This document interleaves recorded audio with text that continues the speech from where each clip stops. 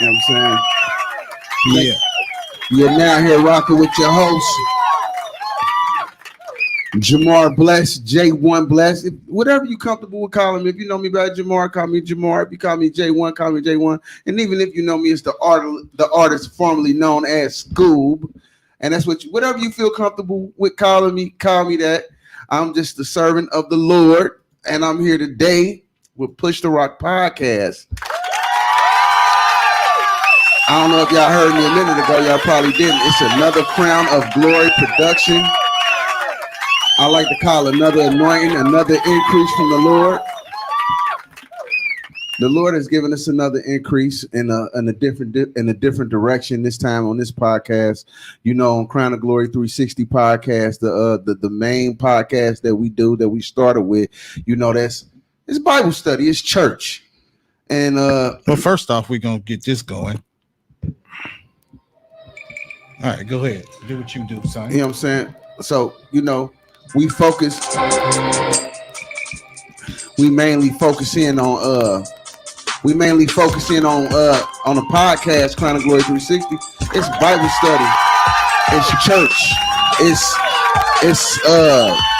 you know, it's centered around believers, some mature, some more mature than others, and we already got that kicked in full gear, and a lot of people, they might chime in and can't really flow along with the rhythm of that because we already deep in the trenches with that, right?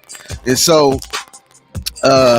you know, I had a lot of people reach out way back in when we was like in maybe the second season of the show, the beginning of the second season, was like, man, what's up? We y'all gonna do something for the people of the streets, because bro, you could talk to us and you can relate to us, man. You from where we from, man. Like, I mean, we understand all the Bible jargon, and we understand all the Bible jargon. We understand all the you know, we hear what you're saying, but we want something we can relate to. Like, y'all jumping stuffing Bible down our throat, and you know, people feel like that sometimes. And so, not only reason for this being a part of the show, but it's just so many things that God pointed at me, directed me to through people. When I started going to therapy, I was given this book called Fatherless Son by Charles Peters Winston. He was a very anointed man of God, and he did prison ministry, but he had a hard background and a hard life. And my therapist gave me this book and said, man, you remind me a lot of dude. I'm telling you, man, I think you got urban ministry in you. You got street ministry in you. Got a calling on your life, man. You got a calling on your life. Prison ministry. You got all of these things called on your life. I just hear the Holy Spirit telling me. This is what my therapist telling me, because she's a Christian. My former therapist, my old therapist, I completed therapy. So she was like, yeah, but I want you to read this book. And I read the book, and prior to that, it's funny because people been telling me this way back then since I've been a troubled youth, telling me like, God got something for you. You gonna speak for the people of God. And so back then, they was telling me this, and you take everything with a grain of salt, and you say, all right, well, you know, that's cool, and you continue on living your life. And then the more and more you hear these things, and they're etched into your head, and you're just like, and your mind and your soul and your body and your flesh, people want to do what they want to do and not adhere to the call. And maybe at those times I wasn't ready. Maybe the story wasn't fully developed for me to even walk into that lane yet. Maybe I hadn't went through enough, right? So we here now. So first part of this, I got this book, Fatherless Son, from my therapist, and I read it, and it was so powerful. And then God spoke to me after I read it, after I was affected. He said, yeah, now I need you to move in the direction, carry that mantle, that same baton. I'm passing the baton to you to move in that area, Jamarr. I need you to do this. And I ain't had nothing. I was just thinking like, well, I'm already doing some work. I'm already doing some groundwork. I'm already walking with my brothers Rick and Milt, and we doing a podcast, and he just was sending people my way. I had a friend that, you know,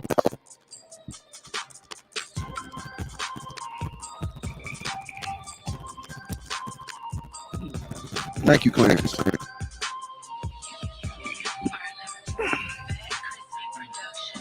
Ready? And so, I had a friend tell me, a friend that I ran up, he had just got out from doing like 20 years. What up, Clarence? And thank you, Clarence. And he had just told me like, man, like the same thing I had been like, yeah, man, I hear what y'all saying, but when we gonna get out in these streets and when we gonna talk to people from where we from, man? And well, I know you ain't scared, man. People want to fight everything except for God. Even the worst people in the hood, in the ghetto, they don't really go against people who are people of God. And I was thinking like, and I was just like, yeah, but that day that I read that book and I got the revelation, I was like, it just was like a go. And and he was locked up again. It's crazy. He had been locked up for 90 days. I didn't know nothing about his case or nothing.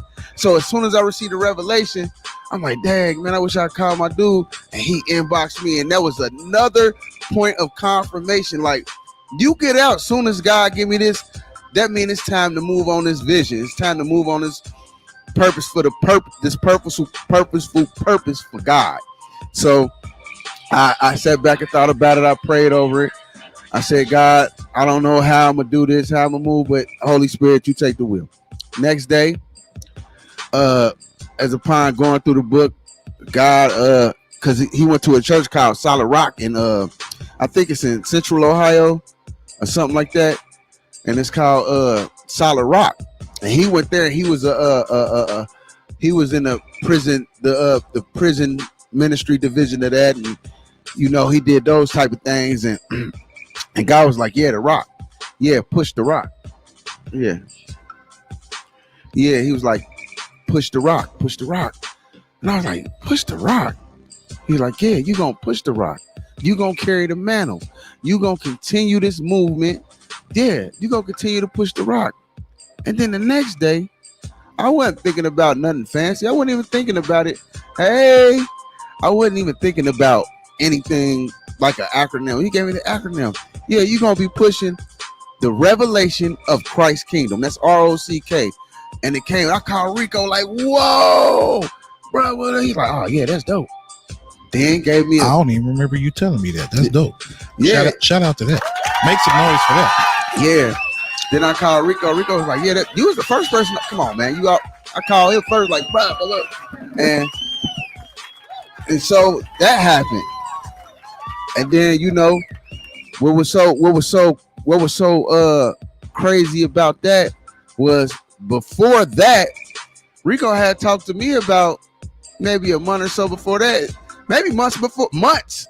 And it was on his like, man, he said one day you're gonna have to move in that area of ministry. I have a story, but your story is like Pastor Clarence said, it's so uniquely cut that I don't have those aspects. I don't have those part elements to my story, but you do. And God is using you and moving you. What's up? What's up, Beans? What up, Ding? Thanks for tuning in, bro. What's good with you? Oh, yeah. All right, they want to know the topic. What's the topic? They want to know the topic. They say you talk, you long-winded. So let's jump right into this thing. MC Verbose with the most. Of course. So today, let's start. First, tell them where they can find you. Yeah, let me tell you where you can find us.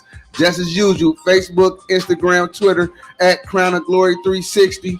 Also, YouTube / Crown of Glory 360. And later on, we'll get with the rest. So, we come to do what God do all the time, what Jesus do all the time. Spread love. That's the blessed way. That's the Yahweh. So, yeah. So today's topic is, if I've ever made you feel some type of way, and that's whoever out there watching this, I'm on a live. If you live, and if I ever made you feel some type of way and you still feel some type of way, holler at me. I can shoot you the link right now, and you can come on here, and we can take that up, and we can talk about it. Welcome on in. I've known a many of people for many a years, and I know everybody be on Facebook and everybody not. Well, what tap in? I can send you the link. What's your inbox? He said, you made me feel some type of way. Shoot Jamie the link. We about to post it in the chat. Pin it to the top of the chat. About to pin that link to the top of the chat. I don't know how it made him feel some type of way. I brought wings to practice. When I bring wings to practice, I don't remember that, but let's talk about it. I brought wings to practice. But so yeah, and this really is true. Like, man, I know it's a lot of people out there that might have something against me, might have a gripe, might I appreciate it, man. Thank you. I love you, man. I appreciate the love. Last year at the back. Yeah, that was dead wrong. All them kids and coaches out there, and I'm gonna smash the wings. You know what I'm saying? But anybody want to tune in, man? Anybody tuning in right now, y'all feel some type of way? You still feel some type of way? You feel some type of offense, some type of gripe? Hey, on the flip side, if you feel some type of way and you want to come on and show me some love, you can do that too. So what's the point? The point is, I want to talk through it. I want to hear your gripe. I want to get an understanding of what this might have been and hash it out with you. I'm truly at a point in my life where I want to make amends. I don't want to leave no stones unturned. I mean, whoever it is out there, could be my baby mama, whoever has something that they need to say to me today, tune in. Chime in. I'm patient.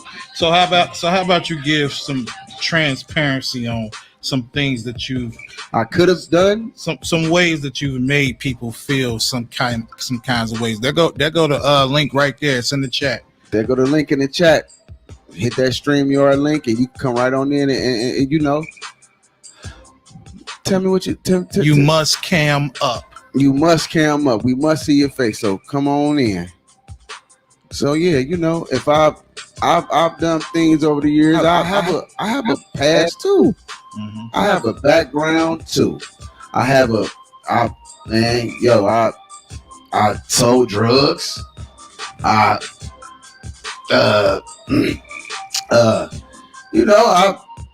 had a lot of women in my life in my day. You know what I'm saying? I had a tumultuous life, violence. Mm-hmm. You know what I'm saying? Being transparent, man. I lived a thug life, and I'm hopeless, baby. Come on, man. Nah, I ain't hopeless, but you know, I lived a life that was not really like it is now, and I've changed. And some people might see me and might not believe me, and might want to holler at me, man. You did this to me back in the day, or you was rude to one of my family members, or you harmed one of my family members, or you did something offensive to me, and I never got a chance to take you or say anything to you about it. I've been holding it in. You know, a lot of people request you on social media and just to see what your life is like, mm-hmm. just to see what you're doing, just to see where you at. And your life got to be a reflection of your life. On the book don't always reflect who you is, because I know a lot of people look at me and be like, yeah, I don't believe him. I know him. So what's something you might want to be transparent and like because a lot of people may not be they may not be as, you know, open and want to come on and have a conversation in front of people. What's something that you may want to just throw out there into the matrix and say, hey, you don't got to say a name. You can say a name. You can address and say, hey, I remember I did this. Maybe give some light on what your thinking was, why you did it, how you feel now. I'll give an example of what I'm talking about, basically. And I was going into that next. Well, not an example, like an actual maybe situation. The link is in the description, Nia. It's in the description. It's in the you said comment section, right? Yep. The link is in the comments. So all you got to do is hit that link and you can come on in. So yeah, let me. Man, I've done so many things. I don't want to pull out the most ratchetest thing I've done. Why not? But why not? You had? Nah. Sound like you had. Let me think. There's so many. I've lived such a tumultuous life. It's, man. No, I don't know. Man, you know what? This is something. Why my camera go out though? This is something that I deal with. I'm gonna just call this story my homeboy's girlfriend. So a long time ago, can you stop sucking your teeth though? Yeah. What's up, young EL? What up, Charlie? A long time ago, over a decade ago, I had a friend, a buddy of mine. We were close, and I had my own apartment, and I was living a wild life. You know what I'm saying? I was trapping and drinking and smoking and getting the girlies or whatever.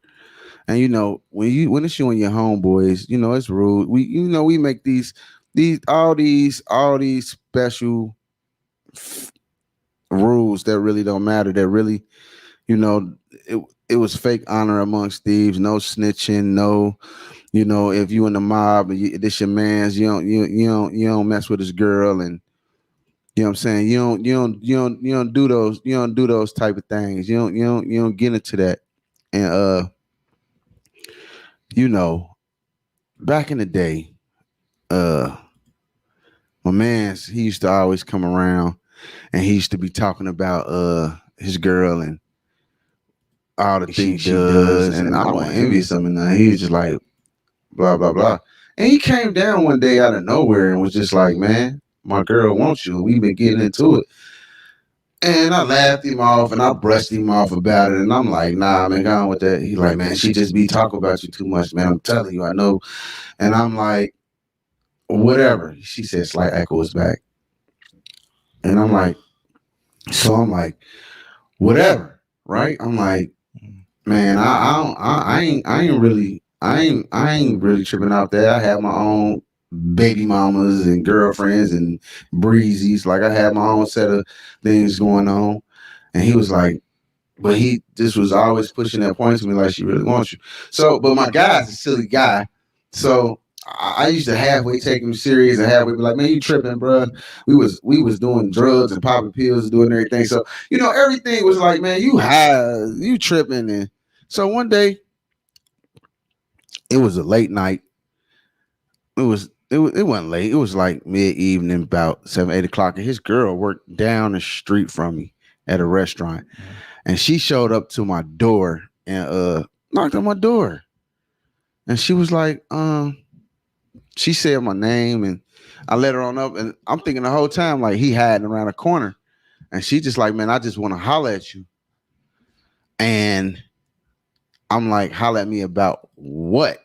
You know what I'm saying? And I'm like, Chad's playing a trick on me. I'm like, my guy playing a trick You on me. already said his name. Yeah, I'm like, I'm like, my bad. But I'm like, my guy playing a trick on me, man. He ain't for real. Like he around the corner because he keeps saying this every day. He probably just want to see if I'm a bite down on this, and I'm not going. And so she came, and she didn't come right out with it. She came. And she was like, "Man, I didn't know what kind of sandwich you ate, so I just brought you a sandwich down here," because she worked at the little restaurant or whatever. She said, "I just brought you a sandwich down here." Yeah. She said, I just brought you a sandwich down here. You know what I'm saying? Because I know you be hungry. I know you be eating the so she worked at Subway. I know you be eating Subway and all this, man. So here you go. You got blood type and Social Security, Right. So I was like, so I was like, "Dang, that's what's up." I'm like, where's such and such at? Where he at? I know he around here. She's like, nah, he ain't here. She's like, nah, here. Can I chill over here a little bit before my bus come? And so we just chilling, people coming in and out. Like I told you, I was trapping. Like, you know what I'm saying? So I always had constant traffic coming through. And I was sick too. I was getting sick that day too. I was feeling sick. And she was like, she just was there. I look up, man. It's like I look up, like as I tell you, we was busy. I'm talking about I was running the trap. It was super trapped out. Like I had to, it was bunking. So I look up, so much time that went past. I know buses ain't running no more. And I'm like, hey, yo, what's up? You ain't get on the bus? And she was like, yeah, I done got down here. I done got lazy. I done ate my little food and I done got lazy. My bad, Scoob. Like, could you walk me around to the bootleg stand? It was like, the bootleg stand is the bootleg. He said, no, come on, man. He said, no more storytelling for J1. Nope, ain't nobody safe. Nope, sure ain't. So we walk to the bootleg stand. The bootleg stand is the cab stand where it's not really a cab stand. It's people in their cars giving you a ride for some money. That's what it is, because it ain't a real cab. It ain't cab you call on the phone. You know what I'm saying? And so I took her around to the bootleg stand, and she said, man, I really, man, you be down here having fun. I really enjoy myself. Okay. I said, thank you for the sandwich, man. When you get back, tell Chaz come holler at me, blah, blah, blah, blah, blah. Tell my man's name again. Tell my man's come holler at me, blah, blah, blah, blah, blah, blah, whatever. And so he was like, she was like, this ain't how you be telling stories, bro. She was like, relax, tell the story. You are the greatest storyteller. I know you are not doing these stories justice. Come on, man, you making me nervous. Don't do that. I gotta open up. So she ended up jumping in. She came back down again the next day, and she brought me some medicine. And I was like, man, because she knew I was sick that night, she brought me some medicine, and she like, let me stay down here today, and let me chill for a minute, and I'm gonna make sure I get on the bus this time, and blah blah blah. And I'm asking her the whole time, like, where my man's at? Like, I mean, it's cool, but come on, man, like, you know what I'm saying? That's my man's and all this and all that, and about an hour into traffic was slowed down, about an hour into her being there, she revealed some things to me and told me how much she was liking me and all the stuff he was telling me. I was like, yeah, now I really think this is a trick, because it just sounds too much like he was saying, because I'm like, ain't nobody gonna reveal how much they like somebody's homeboy to them and don't care. Like, you know what I'm saying? Like, I just thought that was crazy. Like, nah, she ain't really just, they up to something. Like, what is this? What is they on? Then she started talking nasty to me. See, I'm different now, but y'all know Skeplo School. Skeplo School different. I heard because he had already told me how nasty she could be. So he was always telling me for some reason. It just sounds like a setup. So yeah, so it sounded like a setup. And so she just started talking nasty to me and telling me like all the stuff that he had already told me. I'm like, why is she telling me this? And so, I went, like I said, I ain't who I am today. Let me see then. Right there, I broke the first rule. Because see, she wasn't never even supposed to be chilling up in the house. Not even the first day. She's supposed to be gone the first day. I was supposed to find a way to get in contact with my man's, get her on up out of there. But I let her come through the second day. So it was me and the second. I was allowing that temptation in. I was allowing that temptation in my house. And second day, I was like, man, you talking all this. You see, you talking real good. Let me see what you talking about. And she did. And I felt bad. And then, but it was crazy because I told you I have a lot of traffic in my house. And so after that happened, she was still chilling. She was still chilling. She came down the third day, still chilling. And then so one of my man's peoples came through and seen her. Like one of his first blood cousins was like, "Hey, yo, where Chad? Where my man? What's the name at? Like, where he at? Like, what's going on? What's she doing up here and all this?" I'm like, I was so, because then I thought I was Nino Brown. I was so, my bravado was so crazy. My attitude was so crazy. I would talk crazy. I'm like, man, I do what I want to do. Go find him. He need to check his blah blah blah. Like, I don't. She here, ask her. Don't ask me. Like, you know what I'm saying? And I was just so pompous, arrogant, and prideful. I was just like, sweeping under the rug. So anyway, it ended up getting back to him. He came down my house. And he was like, "Man, you supposed to be my man's, bro. Just tell me right now, right now, did you do said or what happened? Because I heard she was down here, and I hadn't bragged to nobody about it because things was moving so fast, and I ain't had time to be pillow talking like I did this to sure. And neither nor did I want anybody to know what was going on with, you know what I'm saying? I ain't care to be pushing it out there like that. You know what I'm saying? Because I had other little females coming through too. I was a quote unquote player. So, like, you know what I'm saying? And she had kept on coming through. And just happened to be a day that she didn't come through. So when he came down, it was just me and him in the house. And he was telling me, and man, I was about to tell him the truth because he was besides the other conversation, it was always bros over those. We don't care nothing about none of them, and it don't matter. And she ain't nothing to me, and she'd do you like this and do me like that. All that throwing her up under the bus and that relationship under the bus. But when he looked me in my eyes and asked me, and it's just the way and the tone of his voice, he asked me, like, "Did you do that? Did you do that, bruh, with her?" And I looked him straight in his eyes and I told him, "No." I lied straight to his face. So, make a long story short, what's worse than that, truth come out, and I broke. You know how a liar, somebody who lies a lot, they might take a piece of the truth and use it. So I told him one part of the truth, but didn't tell him the whole part of the truth, right? I said, "Yeah, we did this." And she said, "You should have took the sound and just sent her on her way." What up, Afton? Yeah, so What up, Afton? so I sent her. I looked him in his eyes and I lied to him. I told him no. Then I tried to, but he kept on asking. Even after I said, "Nah, bro, she just came down here. I thought you was with her. I thought y'all was playing a trick on me." "Nah, bro, nah." What's the name of them said?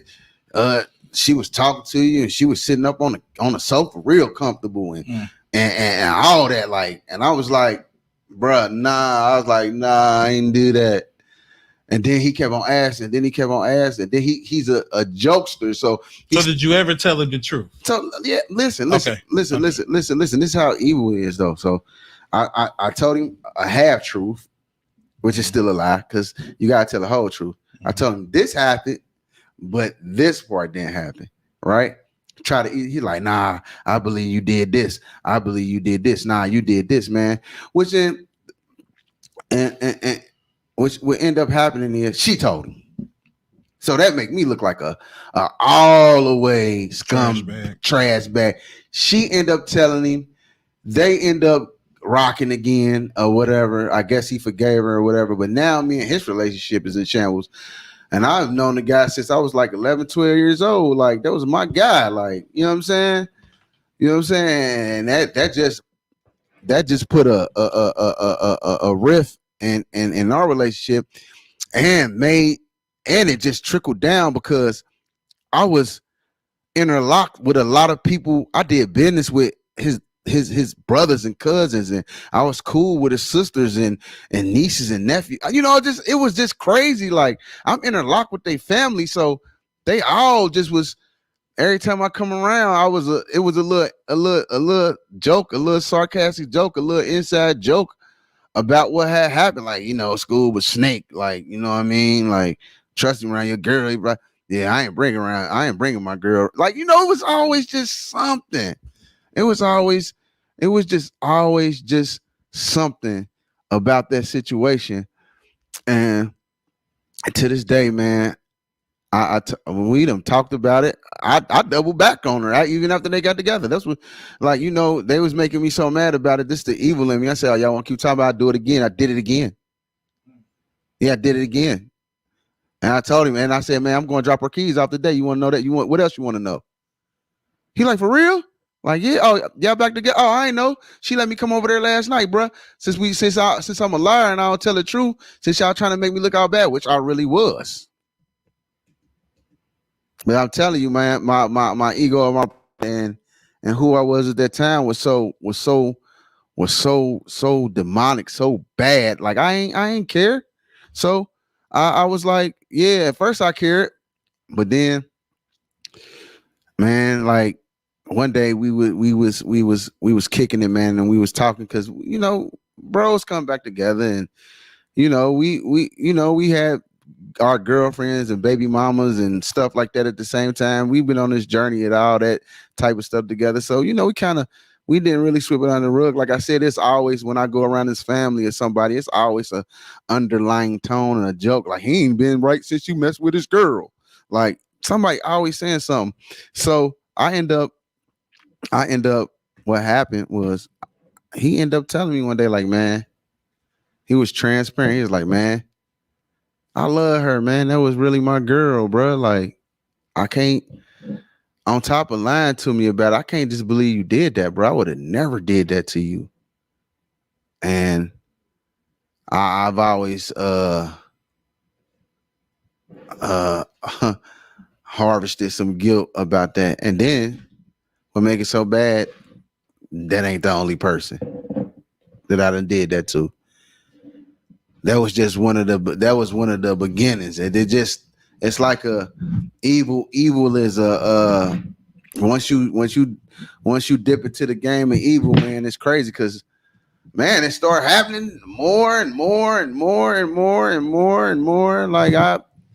Like, you know, you definitely ain't supposed to touch homeboys, baby mamas. Like, me and one of my guys, man, we was having a contest. Like, we was trifling, man.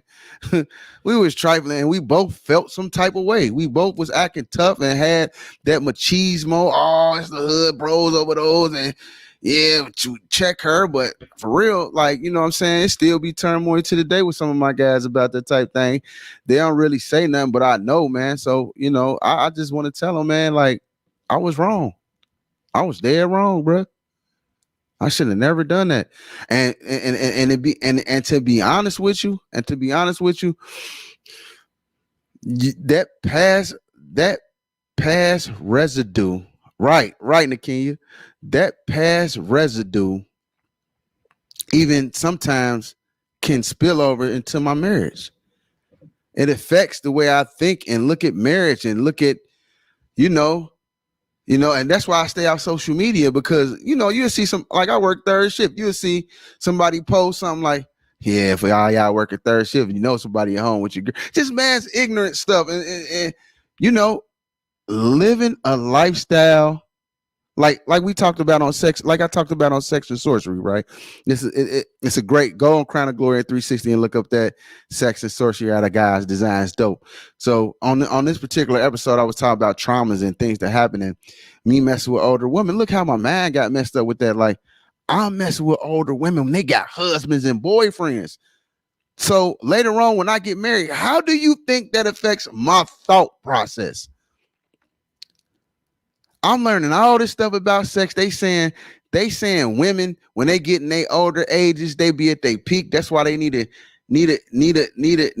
younger man to fulfill that. But that's all about the appetite of that woman. But see, then I didn't know that. And they say, you know, when they reach the peak, and that's why, and that's what they used to tell me. Like, yeah, I love my dude. I would never leave my dude. I wouldn't leave my dude for you, but he ain't got work like you. So think of the many things that, if I wasn't locked into God and I wasn't led by the Spirit, how I would think about how my perception is skewed because, you know, I'm a little older now and I got a wife. I don't want to think every time I going out the door, she going to get a young boy. It's not an insecurity, but it's just I done did this. I was the young boy.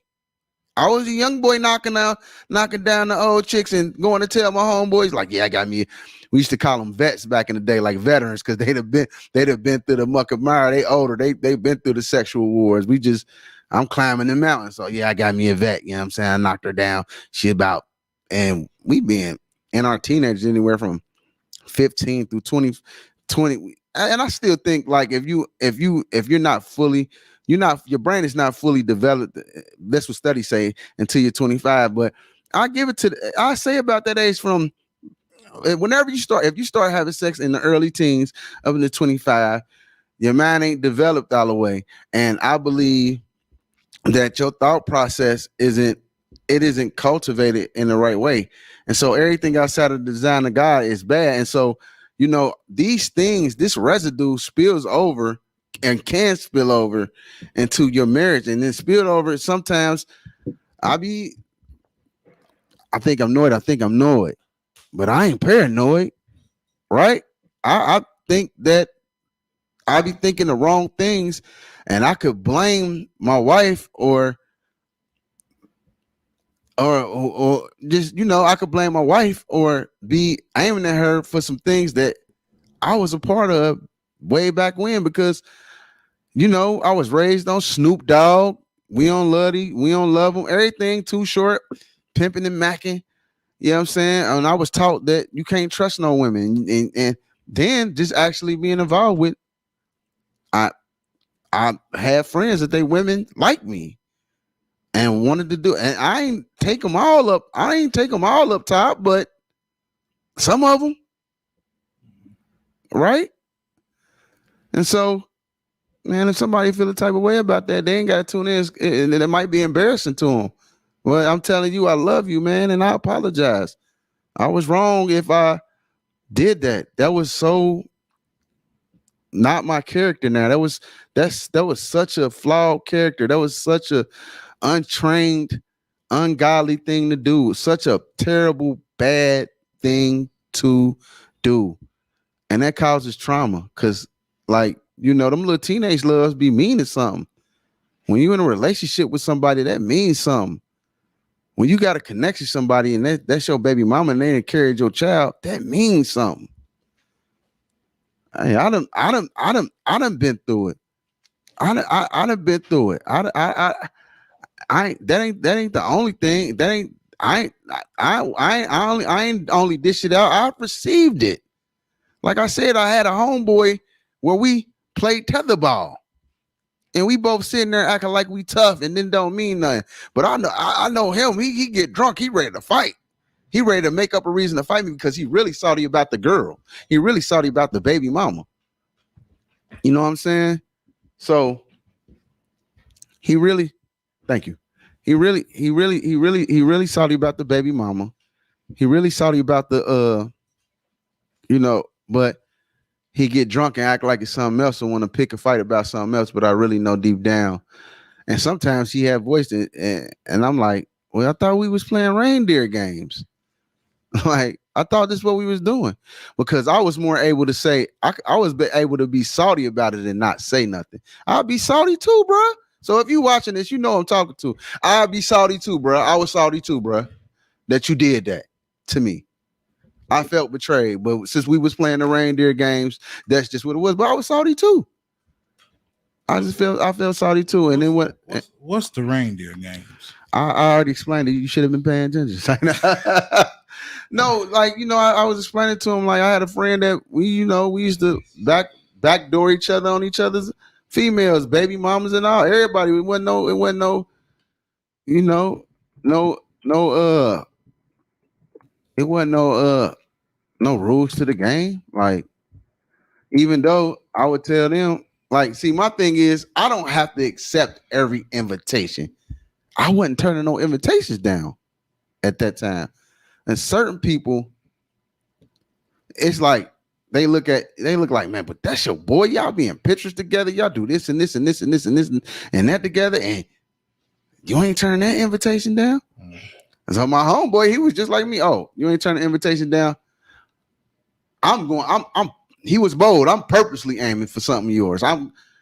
And he got one, and he let me know, and it was just like, it was crazy, man. It's crazy how we used to think back in them days. But that's one of the things that I know I have offended some people. So y'all ain't gotta be scared now, though. I think a large part of what we dealing with today is accountability. So, yeah. What like how hard was that? Accountability. How hard was that to come into, and how are you growing into it now? And how important is it and what it means? Oh yeah, and we got a special guest. We go get to that. Yeah. Well, it took a million years to be able to fully tell the truth and be transparent and say I was wrong for that, and I did that without my pride, without my pride being largely involved in telling me what the other person was wrong, or he should check her. What up, Alan? Or he should check her. And these are people I say I love. Mm-hmm. You got friends that you see in past. You say, "What's up, my guy?" But if I tell you I love you, that means I love you. You don't do things like that. And it took me a long. I always had a reason and excuse. Well, she was up.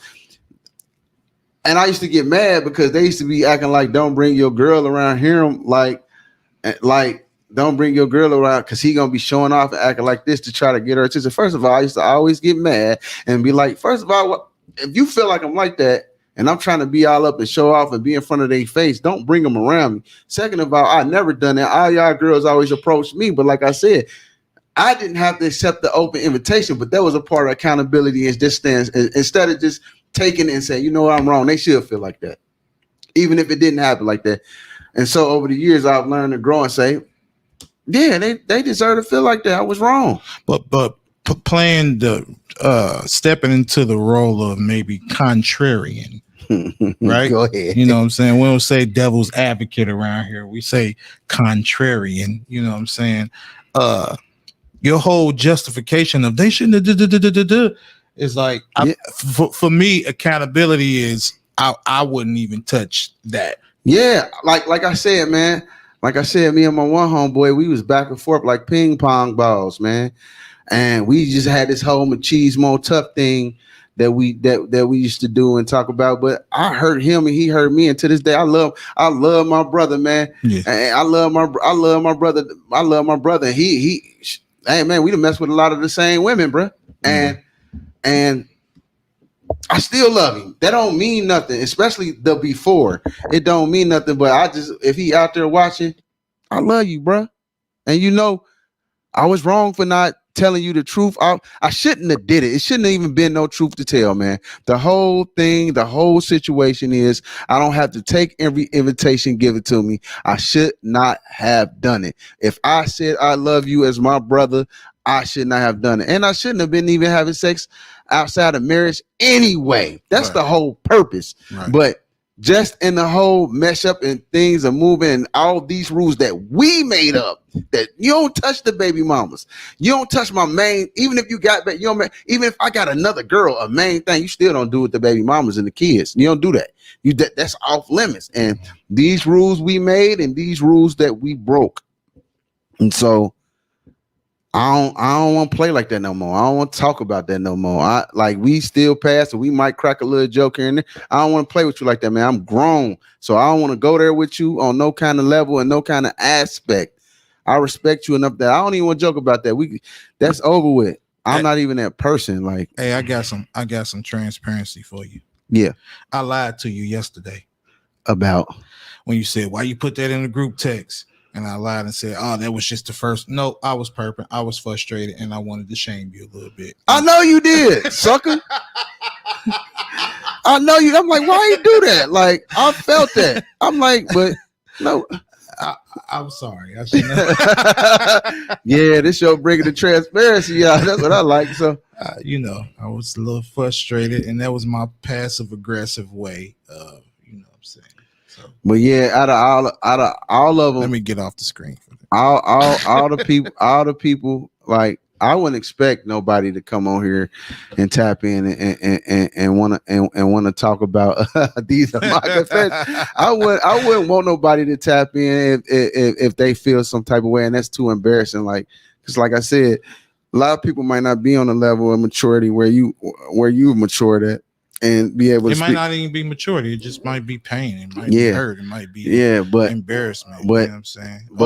Or how about tap in if you've had a conversation with Jamarr about something, and maybe, what I'm saying, y'all have come to a good place or a good understanding. It might be a teachable moment, or, what I'm saying, a conversation that could be edifying for the people. You know what I'm saying? We ain't here for entertainment, or we ain't here for anything salacious. You know what I'm saying? So yeah, but go ahead. My bad.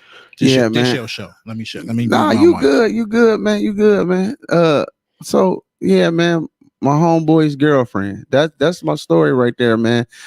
And that's one of the things I wanted to be transparent about, man, and put out there, man. If I've offended you in any kind of way, those are one of the things that I know I've offended quite a few times with people, and I was dead wrong. Regardless of what that person says, we made up these rules. We made them rules up. No matter what, no matter what, I don't care about her. I ain't even with her. She did that. I know. That's why the first thing that comes out of my mouth, we both lying to each other. I'm lying saying I didn't do it because you lying saying you don't care. But you wouldn't ask if you didn't care. And I just shouldn't have did it, man. I knew it then. That's why it felt wrong. If it felt wrong, it was wrong. Think about that, y'all. When your mama tell you don't touch the stove because it's hot, you know what a hot sensation is. And you play with your hand on, you know it's hot. Then boom, you burn yourself. You got to burn yourself to find out it's hot when you know it's hot. I think all right, I can't speak for everybody, and I don't want to say this is a fact, but I think from inception, I think we all know right from wrong. I just think it's something that God built into us. Mm-hmm. I've always felt like this didn't feel right type of thing. Mm-hmm. Like I said, like when she started talking, when my homeboy girlfriend started talking nasty, she shouldn't even been. It felt wrong when she came through with the sandwich. It felt wrong when she came through with the sandwich, man. Yeah. So yeah, man, that's my story of how I may have offended some people. What up, D Flame? And it's really big on me. And if y'all want to know how I felt, if it ever happened to me, it hurt. It was painful. Mm-hmm. But I forgive anybody who ever did that to me. Like, because I've done it to people, and it just happened when you living out of. I know that if you live outside the guidelines of what God has created, these are things that can happen. Yeah, man. If you're not married to her, if she's not your wife, that ain't your, like, you know what I'm saying? Anything can happen. Mm-hmm. And if you're not, and even for some married folks, if you're not walking with a righteous heart and the path, and if you're not married under the right, what's the word for it? If you're not married under the righteous intent, I'm about to say under the law. If you're not married under the righteous intent of how marriage is supposed to go, then you can't expect for righteous things to come out of that marriage. If basically what I'm saying, if your marriage is not God-centered, you can expect for it to be a rocky ride. Because it's even a rocky ride when it's God involved, because you got to stay centered in God. So, yeah, but I don't want to get long-winded about that because we got something else going on. We got a special guest here. If you just tuned in, we love you. My buttons is all stupid. If you just now tuned in, this is the Push the Rock podcast, episode 1. If I ever made you feel away, or some type of way, So we got my nephew in the building. Welcome to the platform, Jamarr Blessed. What's happening? Why his name ain't up on the screen though? It's supposed to be, probably because there we go. Hold on. His mic on mute too. Can we hear you? Say something. I'm good. You hear me? I don't know why his mic muted though. Try it now. Can y'all hear me now? Good grief. I know what it is. Don't worry, I got you. Now say something. His mic is muted. No, it ain't. It said on the screen. It says mic is muted. Don't worry about that. That's not what it is. He just salty that I told him the truth.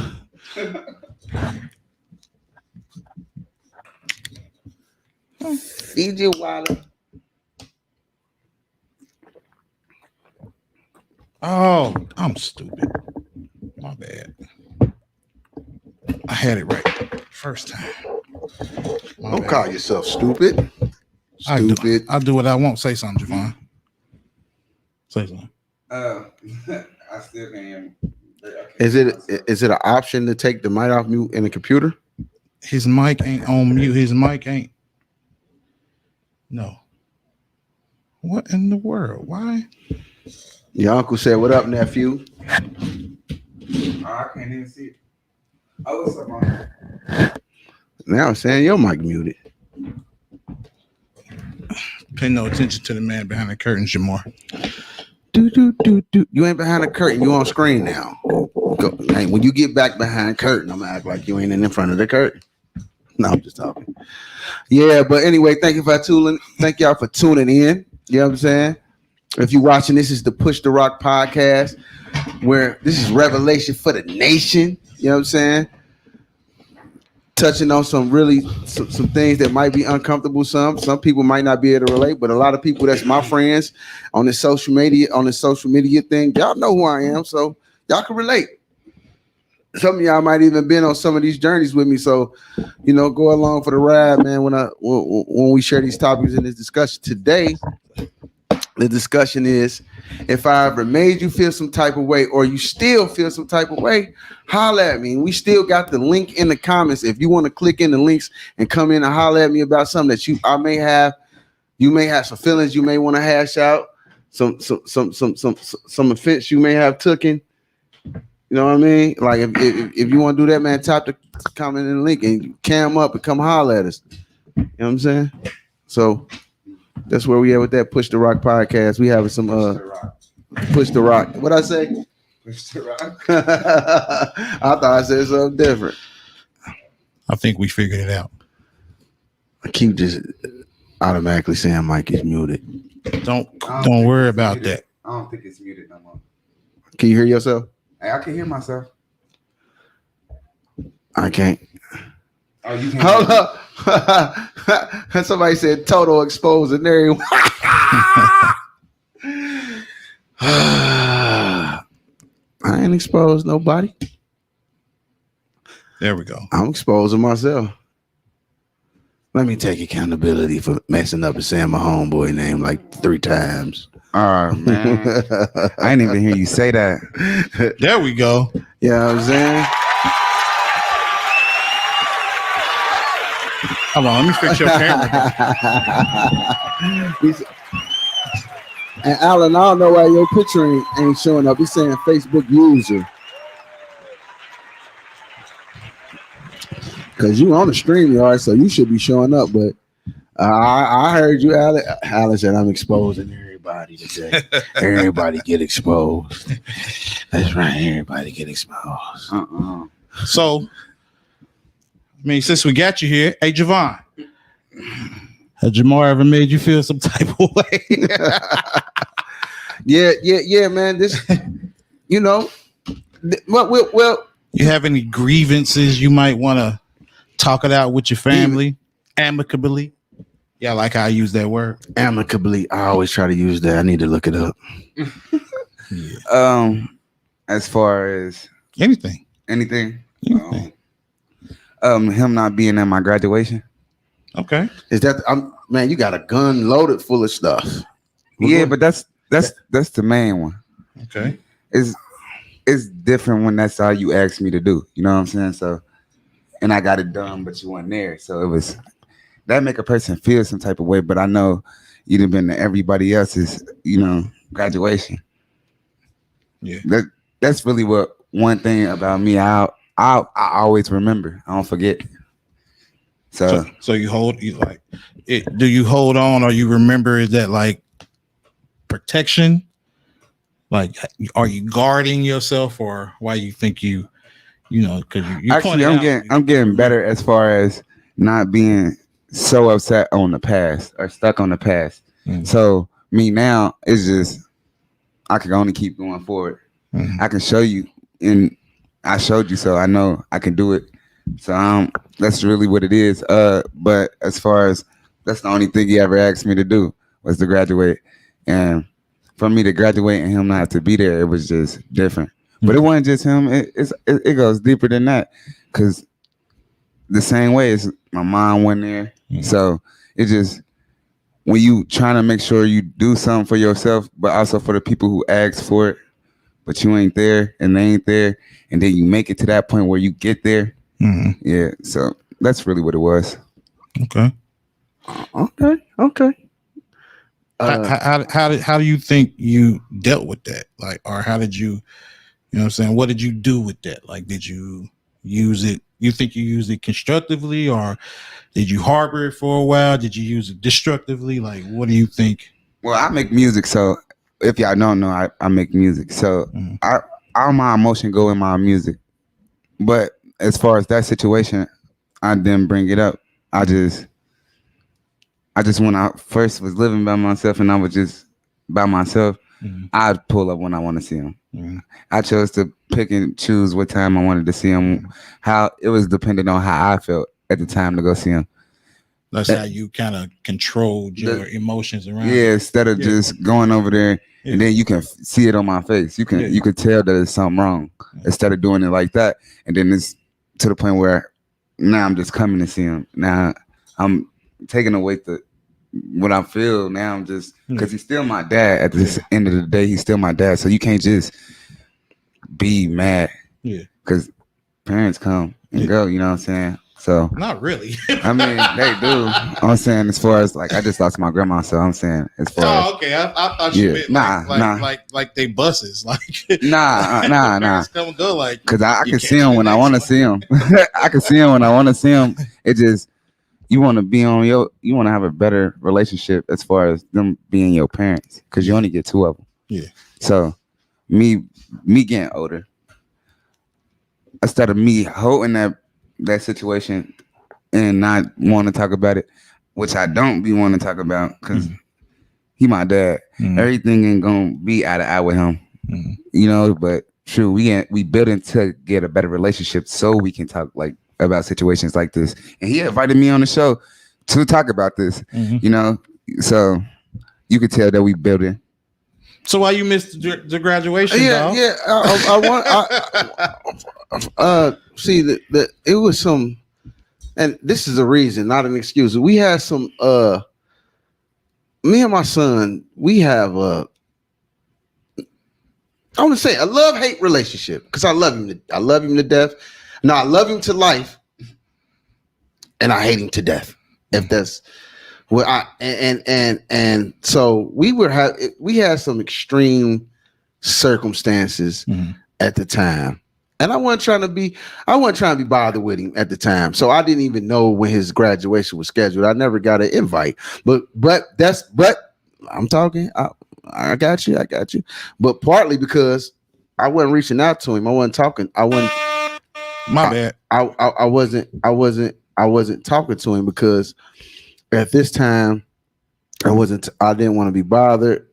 He was experiencing his new form of independence. Like I left him an apartment, you know what I'm saying? Cause I had got married and I'm like, you know what?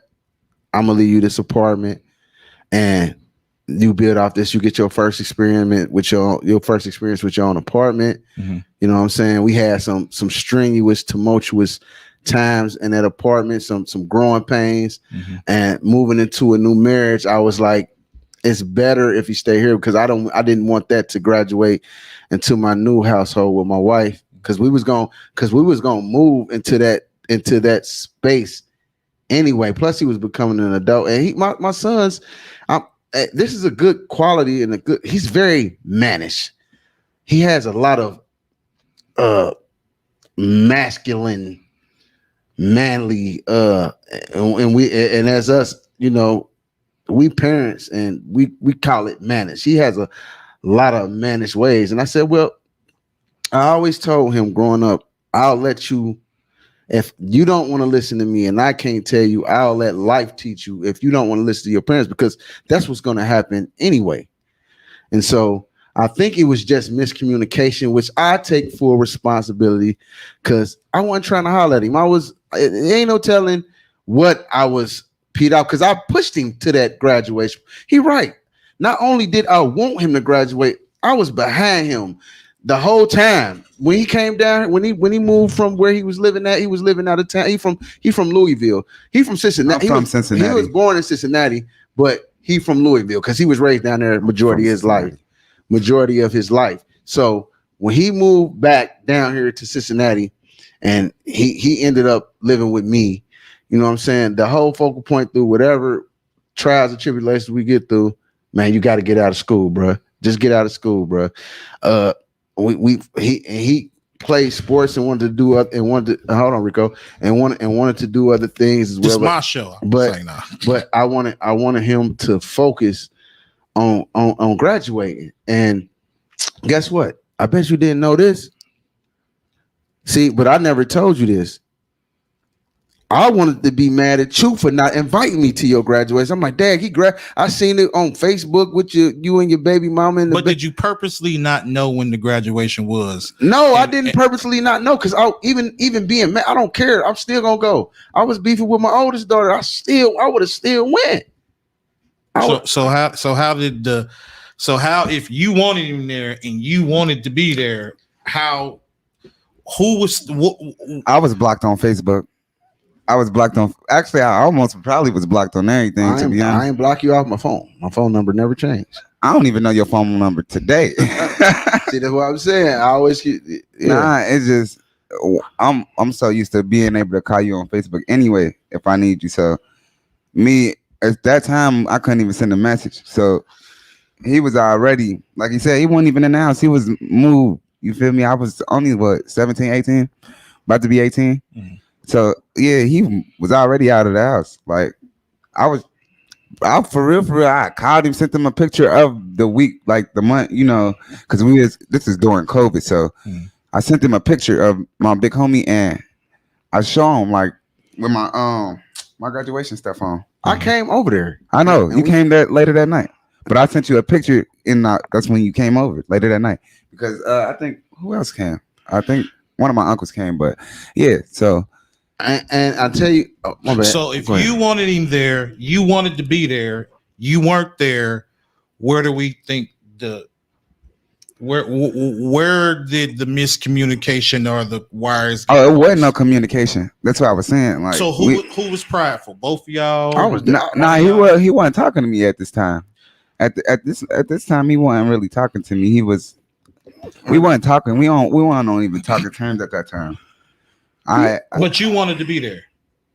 Yeah, if he graduated, I'm gonna be my boy. I was salty when I seen it. One of my other kids showed me, like, yeah, you know, I say graduated. So to be play contrarian, why didn't you break your neck to be at his graduation? And why didn't you break your neck to let him know when it was? And at this time I wasn't driving, so I'm not catching no bus to go see my dad because at first I didn't even know where they lived at. Where they did what? Where they lived at. Oh, okay. All right. Well, We just didn't have no communication, and I'm being very transparent. It was something. It's like every time we talk, it just turned into. It don't matter what we talked about. So man, the day changed the shoes, and it just turned into that. And I'm like, all right, man, I'm cool. And then the teenagers, my children, I kick them off my Facebook because they post teenager and grown people stuff that I don't want to see. I particularly don't want to be a part of that audience. And then if they get mad at me, my children will come on my page and display they rage in full, and they don't care. They're gonna say what they want to say. And then I don't like people all in my business like that. So I'm like, nah, block. Nope, we ain't gonna do that. We ain't gonna have this out, because that's what they do in their generation. They air everything out. I don't want that aired out on social media. So I would block that. But he's had access. But maybe, I mean, being fully transparent, I would have enjoyed to come to that graduation. But you want him to, because I felt that I had a big hand in him getting to the goal line. So why you ain't get there? We had no communication. I mean, that's kind of vague. Yeah. Well, I told you, he said his only way of getting in touch with me is through social media. I assumed that he had my phone number because I never blocked no numbers. I didn't even have a number on him. So were you? I mean, at this time, both of y'all was mad or frustrated with each other, right? Nah, I wasn't even. He just, at this time, he was already mad at me. I was playing football. This is around the time he was like, he stopped coming half the season. We had an argument, a disagreement. Let's not say an argument, a disagreement. And me being who I am, after I have we have the disagreement. We just don't talk to each other. We're the same person. I'm literally just a younger him. So we're the same person. We both got the same thing going in our minds. So we just we stop talking. Then he ended up, like you said, he moving out. So I was already like, shoot, he'll come and see me. That's what I'm thinking. Whole time, nah, that's not how that happened. So as your graduation is getting closer and closer, and you see no signs of your father showing up, checking on it or whatever, right? You don't think to, let me make sure, or because now this is how my analytical old self vindictive, stack up a case against somebody. I, not saying you did or would have, but I was like, if I felt like I wasn't wrong, and I was like, well, he my daddy, and I'ma just, if he miss it, well, shame on you, and I'ma just be mad at you or hold it against you or whatever. It's a strike against you. I'm not gonna help you be a father. Does that sound any kind of familiar? Any piece of that? Oh, that's how I look at it as far as my mom and my dad, not just him. Like, so it's just not him. So it's, my brother. This is the prime example. My older brother, Gelate. I popped up for his graduation. He my older brother at that. He made sure I got there. So that's a surprise. But when we popped up, because I told him I wasn't coming, popped up. So then it was just different. My graduation, he wasn't there. He wasn't there either. So yeah, it wasn't just him. It's really like the main people in the family that I love. You know what I'm saying? That wasn't there. So you might have not known. Hold on, I'm playing referee. Shout out to me. So you knowing the graduation is on its way, because he got his thing and how he's dealing with it. You got your thing and how you dealing with it. I'm just trying to shed light on, help you see how maybe he was thinking at that time, and maybe let him see how you was thinking at that time. What are you doing mentally as his graduation is approaching? And you don't know the date, time, when about, and why don't you be proactive? I feel like, man, anytime, any other time he want to get in touch with me about something, I don't care what I got him blocked on, he's going to get through to me. So I'm not going to chase him down for that information. That's how I feel about that situation. And I actually felt, when I seen the whole graduation thing, I felt like he done it on purpose. And he just said he did. Yeah. So I felt like you just did that on purpose. So why should I feel some type of way about that? even though I was offended in the same token, right? So, But you the parent, though. Right. I'm the parent. I'm being transparent. I know. So, I just felt like, any other time that you need something or you want something or you need something, you'll make sure. I don't care. He gonna pop up. He knew my address then. He gonna pop up, bruh. Because I had just came over there like maybe a few weeks before and took the picture with him when he got his cap and gown, got his degree. Because he actually got his stuff before they did the whole ceremony. Mm-hmm. So I took the picture with him when he got his, you know what I'm saying? Took his football and sports medals, made him put them in. We're going to take the big picture, and then I think in between that time, we may have got into it about something like this always stayed bumping heads. So, but, full transparency, I apologize, man. I should have, I am the bigger person. Literally. I am the bigger person. So I should have said, no matter what I'm mad at this little guy about, I should go see when he graduates so I can be there. No matter what we going through, let me just make sure I get to that point. So I was wrong for that. And I apologize because I hear what you're doing. What you're doing. I see. Yeah, okay. I see what you're doing. I see what you're doing. And I understand where you're coming from. Yeah. I really do. I'm not just saying this for the podcast. And as you know, even in days past, we've been talking and you've been, with me. We've been kicking it. You know where I'm. I'm where I'm at. So this is a true apology, man. I apologize. I should have been there. I should have said whatever you're talking about. We'll get to that later, man. When you graduate, I'm coming to your graduation, and then we can stop talking again. I should whatever. Yeah, because that's how I usually go. Whatever's gonna be, because I really wanted to be there, man. It really hurt.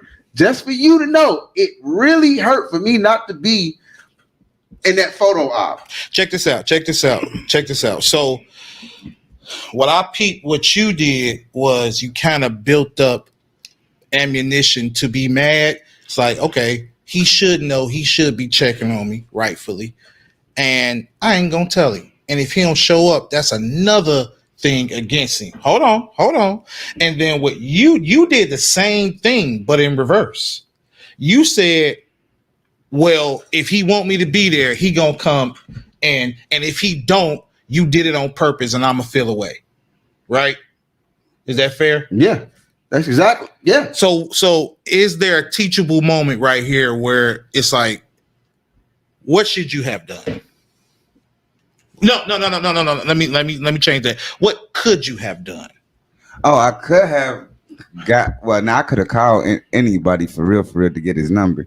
But at the time, like you said, we weren't on that type of level. So I'm trying to send him the what I gotta send him for the ceremony and everything on Facebook.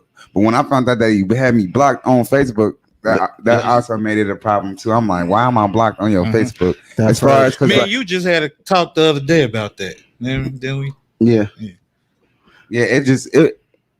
It made me not about him. He told me stop blocking my kids. Yeah, just period. Like stop blocking your kids. Like if you don't want to see what he do, unfollow him. It ain't you, because you're not blocked. At this moment. Right. Talk about another. I'm like, stop blocking your kids because now they can't see the work that you doing in the kingdom. They don't see your posts or your this, that, and that, or whatever. And this is what you do it for. Like these, the last people you got to blood. But anyway, we had that. No, ahead, preach, brother. No, I'm just saying we had that conversation, but so that's you know what I'm saying, that's something that you could have did to swallow your pride. And what could you have done in that same to avoid that? He said, bro, Jamarr, your son sounds just like you. Everybody says that. So how could you? What's the teachable moment for you? This took me back. Wow, when we were talking about when he was just a baby, a conversation that we had. Me and you. Yes. Mm-hmm. This is so long ago. This 20 years ago. This took me back to a conversation 20 years ago when I made the decision to make sure that I had a son. Mm-hmm. Right? Because I heard about it And people told me, and I'm like, yeah. And you was like, yeah, because so many daddies, they don't fight for their sons and they don't go above and beyond. We've had it 20 years ago. We've had that conversation 10 years ago. We've had it. We almost had this conversation every 5 years until this day. About him? About that. About him. Yeah, about fatherhood. And about fathers not pushing the line for their boys and being there and being, you're supposed to go the extra, like. But it was mainly always about him. Triggered. And you're supposed to always go the extra mile and because they the kids, they ain't asked to be here, so you the daddy, right? And that's what I get from this. Okay, I supposed to have more. I should have and could have had more maturity to say, we not seeing eye to eye. He too grown for me. He grown for me to be acting like that. But whatever. I know he is still my child, and I know it's gonna mean something for him to put him in the graduation because I pushed him. It ain't like out of all the things that I let him slide through the crack wicks and didn't want to deal with him in, I felt like he wasn't listening. The school thing was the thing. I was like, nah, bro, you gotta do that. You gotta do that. You gotta get that done, bro. You gotta get that done. Nah, you gotta play these sports, man, because that's gonna keep you from getting in trouble and help you make it through. Nah, man, you gotta do this. You gotta do that. You gotta do this. Hey, man, look, listen, man, listen. You gotta do this, bro. You really, really gotta do this. And so that's what it should have been to the end. I should have been like, because I know how I do him like this all the time when I want to talk. And whatever you talk, hey, bro, we gotta do this. And I'm gonna be here. I'm gonna be here, and I'm gonna be here, and when your graduation, I'm gonna pull up. You know what I'm saying? But instead, I didn't do that, and that was wrong.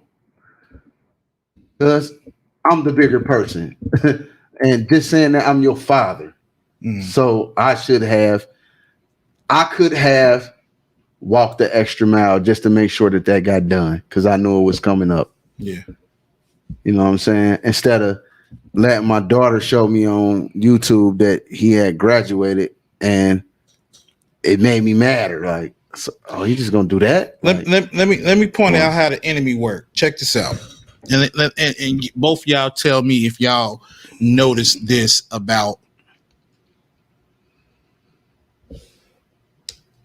Okay. All right, Ronnie. Yeah, because I want to be a part of that too. So. Peep how divisive and evil the enemy is, right? So you wanted him to be there. You wanted to be there.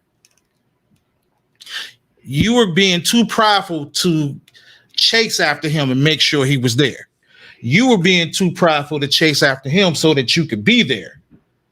Right. So that ain't even where it stopped, though. And it may be subconscious, and maybe y'all didn't even peep this, but think about this. You knew that if you didn't get him that information that he wasn't there, he was probably going to be hurt. And you knew the same thing, even though that's how illogical the devil is. Like you wanted to be there, but you also knew that if you wasn't there, it was going to hurt him. And still in pride, you still said, you know what? I want him there, but I want to hurt him too. You see how there's no logic in pride. There's no logic in the chaos. You know what I mean? Go ahead. What you thinking? Well, I would say it wasn't really. What's up? It wasn't really necessarily that. It's deeper than that, to be honest. Did you know he was gonna be hurt by not being there? I didn't even think that he cared. I just knew. To be honest. Yeah, he's always says I'm the most uncompassionate person that he know. I'm just saying, but the man got mad at me half the football season, stopped coming to the game. Sorry. But come on, Jamarr, as hard as he pushed and as crazy, he love you. Oh no, of course. So some part of you knew that because you purposely didn't go. No, I didn't. No. Listen to what I'm saying. I'm not saying you purposely stopped him from Good grief. Why is the... I don't know. I'm not saying that you purposely stopped him from coming to your graduation. What I'm saying is, wait a minute, let me get your camera back on.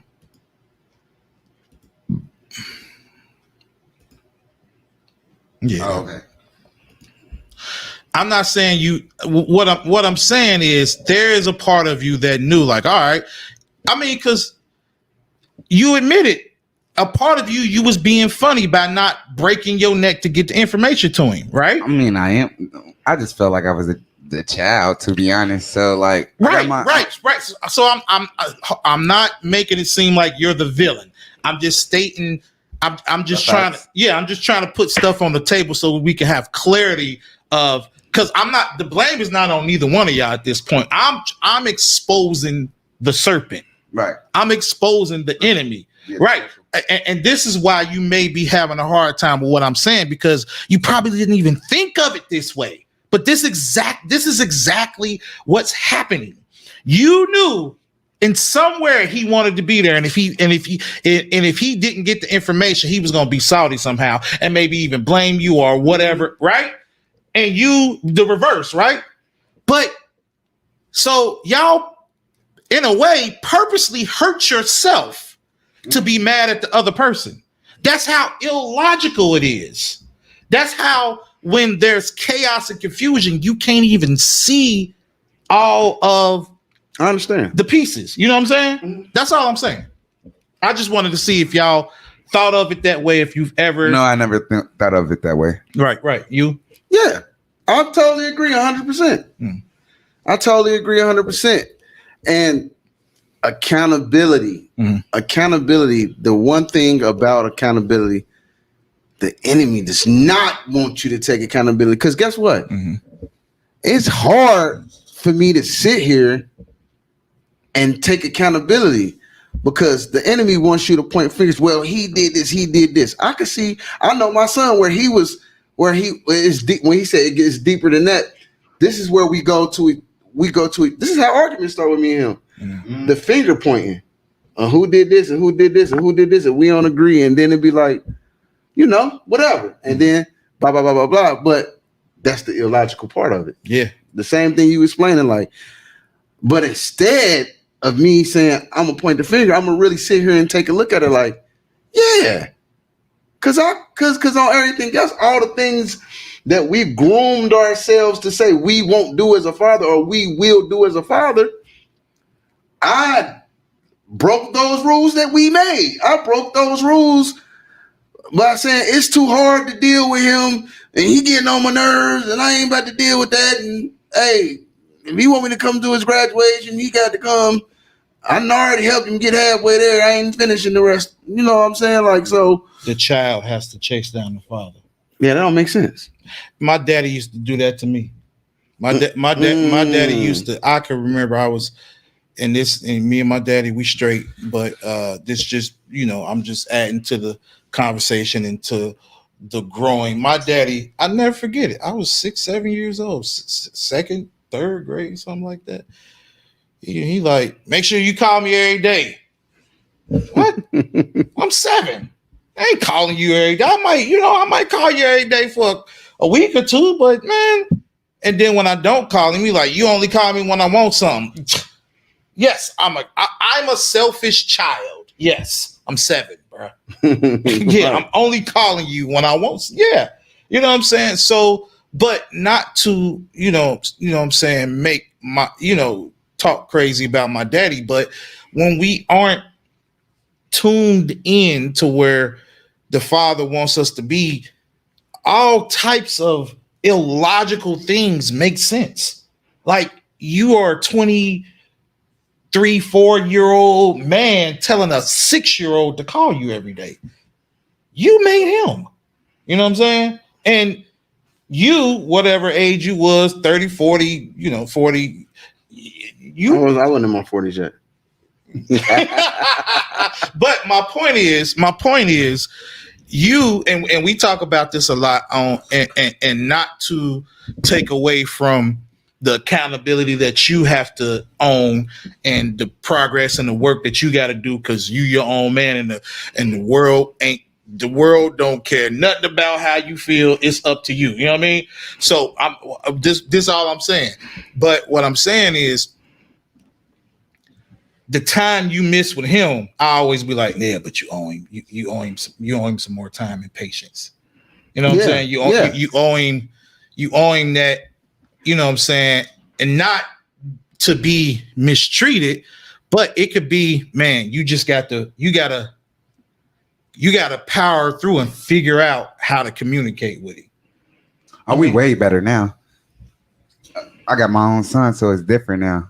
Mm-hmm. I can't do something. Want my son to be a certain way, and then be a certain way towards him. Yeah, I'm way different now. I don't even allow us to argue. If we about to argue, I just walk away from each other.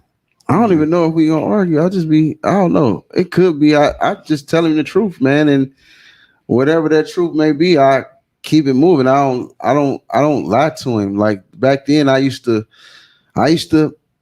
It's a lot. Like I used to not say things and certain things, or I used to do things to appease his feelings instead of being all the way a man. Like, nah, you can't do this because of this, and nah, stay out of this because of this, and you know, it was regret and guilt from the lost time that I had with him. Like, you know, we had a situation. Me being fully transparent, we had a situation. First of all, I was a weekend daddy when I was selling dope. So when I was trapping like a fool, you know what I'm saying? I was a weekend daddy, and that's to all my kids. And I neglected them in that way. Like I thought, you know, selling dope and disrespecting my baby mamas was the way to live. I don't respect them, and they my baby mamas, and you know, they put me on child support, and just to be defiant of them, just to be defiant of them, and just to be disrespectful to them and not pay child support. Now I'm gonna buy them what I want to buy them. Mm-hmm. I could take care of them without paying child support. Doofus, bruh, that child support is stacking up behind your back. All that money I was spending, I could have paid child support, but then in my illogical mind, I'm like, nah, like it's either gonna be one or the other. If I'm paying child support, I ain't giving nothing. But I know men that pay child support and still take care of their child and still buy extras. Yep. But my mind state was so against and contrary to everything against the women that put me on child support. I was so angry, regardless, because I felt like they were attacking me by putting me on child support. I didn't feel they put me on child support because I wasn't taking care of my child. I felt that they was being vindictive. Mm-hmm. And so that thinking, not thinking rationally, caused me to be in positions of debt and all type of stuff later on, and it even caused a rift in the relationships. Because think about it, I'm selling dope, and I'm doing this and that, and I'm getting my son, and my son live right around the corner from me, and I'm selling dope, and I'm doing this and that. But sometimes you can't come over the weekend. We just had a shootout. Mm-hmm. Sometimes you can't come on the weekend. They breaking in. So I'm only getting you during the weekend. And some weekends I neglect you. Mm-hmm. Right? Then as we get older, as time progresses and I move in other spaces, we have more incidents and issues. I had an issue where, you know what I'm saying, I disciplined him a little too hard. And I got in some trouble behind that. And so that caused, we was already separated anyway, because mom's done already picked up and moved out of town. And then we had this situation where she wanted me to discipline him.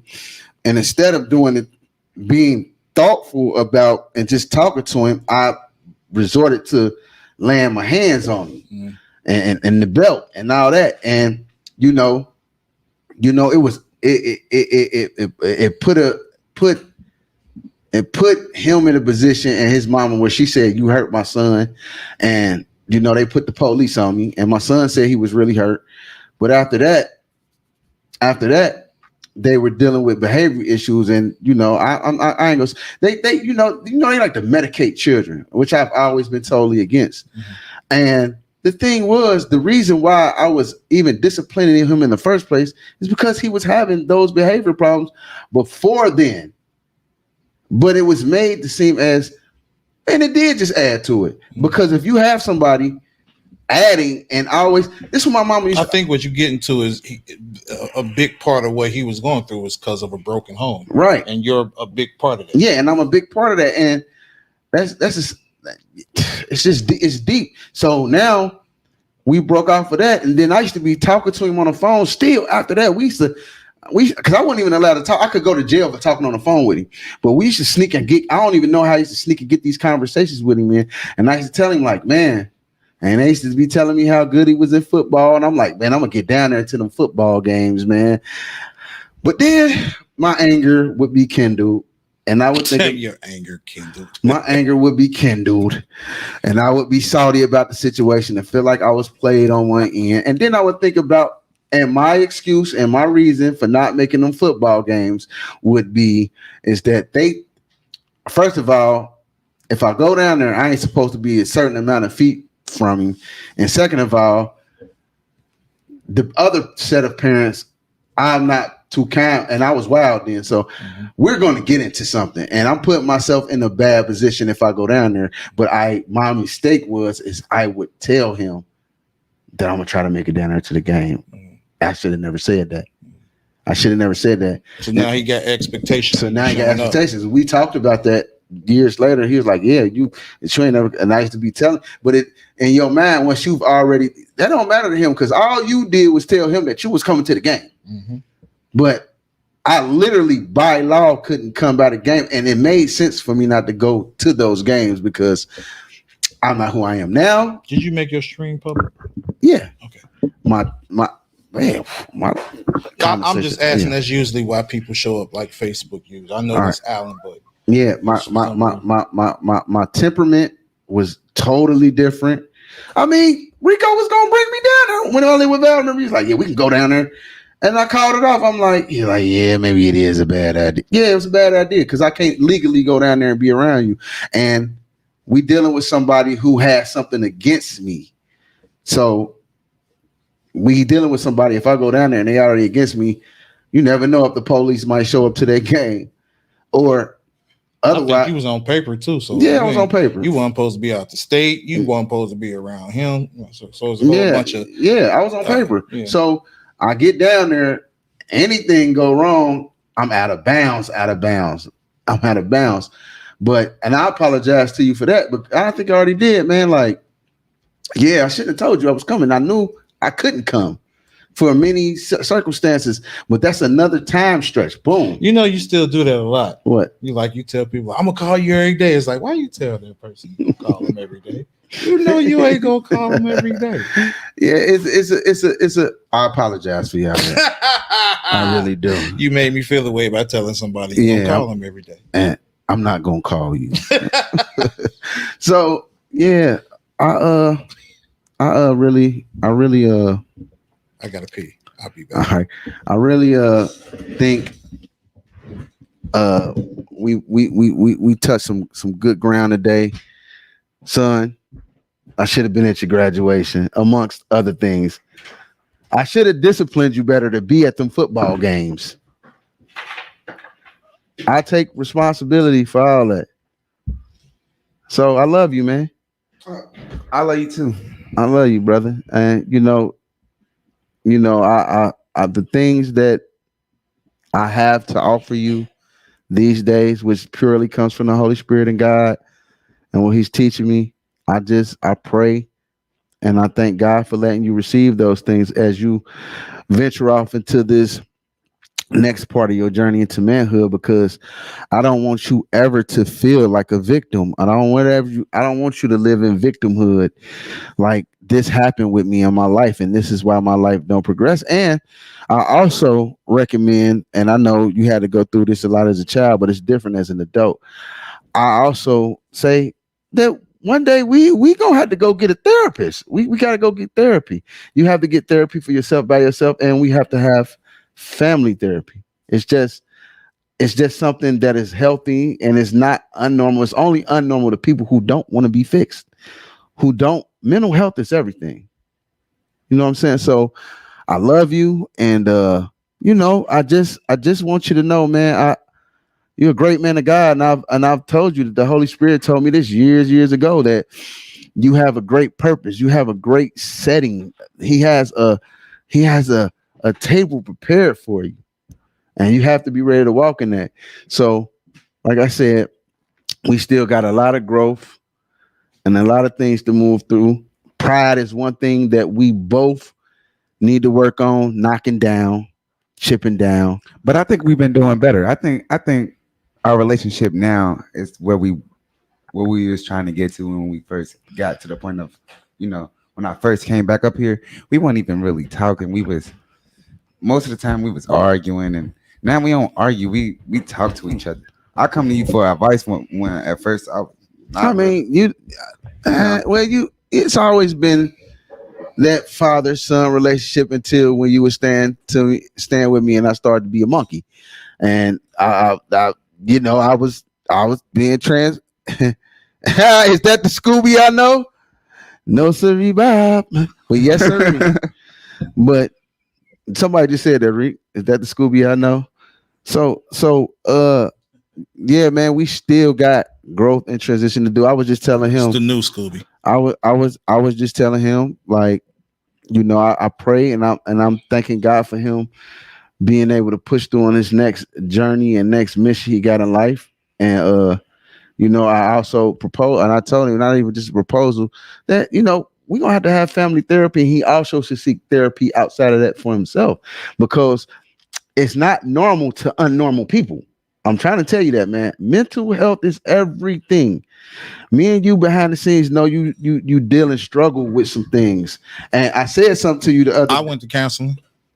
Yeah, and I did. And I told you something the other day. You said something to me about a way you've been feeling. you said I'm always like that. And I said, you always like that. And don't get me wrong. It's not, it's a genetic trait. It's also a learned trait. It's passed down, brother. Trust me.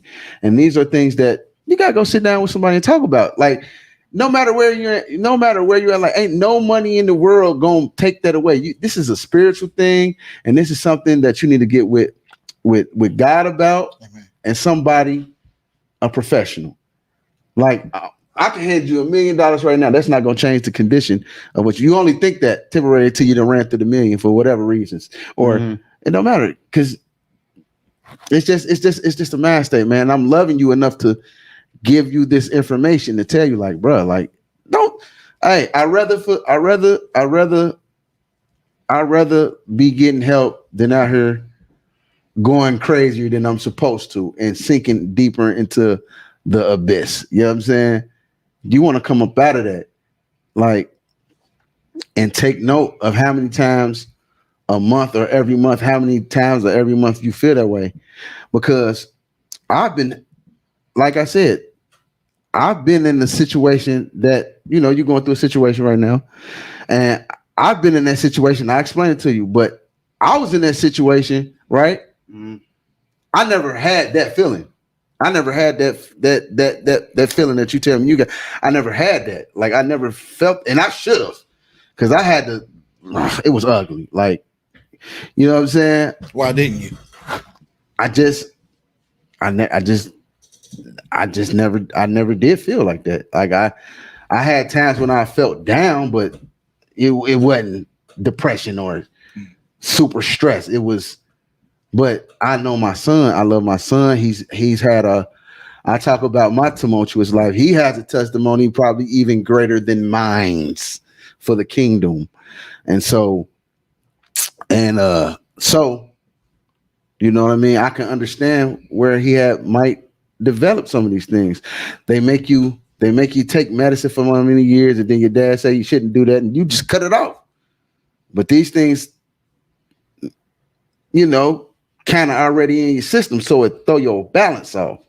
So it could be medical, but whatever causes these things, like, he don't even pay attention. Like, as long as I known him, is we could been having good times, and one day he just like, man, I'm feeling the way. That's you gotta get help for that.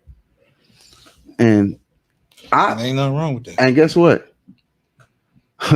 I've told my wife, I've told Rico, I've told Milk, I've told the pastor, I done wanted to turn myself into the nut house.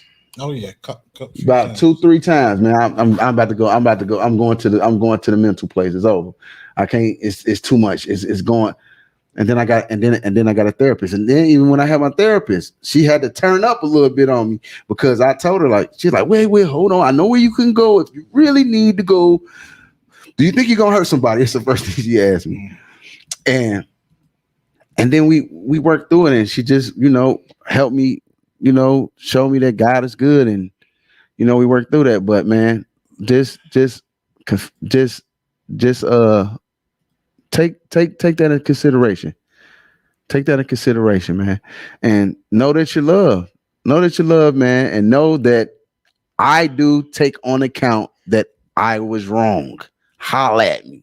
I was wrong for those situations because it seemed like a just like not coming to the football games, even though I told you I would come, building you up to graduate and then never making it to the graduation. That's like almost the same thing. No matter how I felt, I should have been there. I should have been there. You know what I'm saying? But So one thing I would want to add to y'all is I think it'll be very advantageous for both of y'all to give each other grace. You know what I'm saying? As in when you're dealing with your son, you should give him grace and understanding where he's been, understand y'all relationship, understand what y'all relationship it was missing, is missing, what is gained, what is gaining, and you the same way.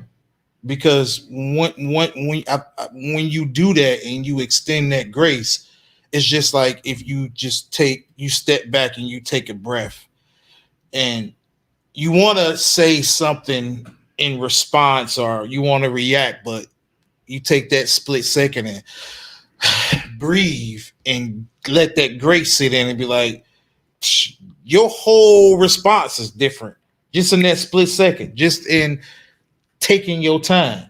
And if both of y'all do that, I think, you know what I'm saying, some major ground could be covered and y'all growing.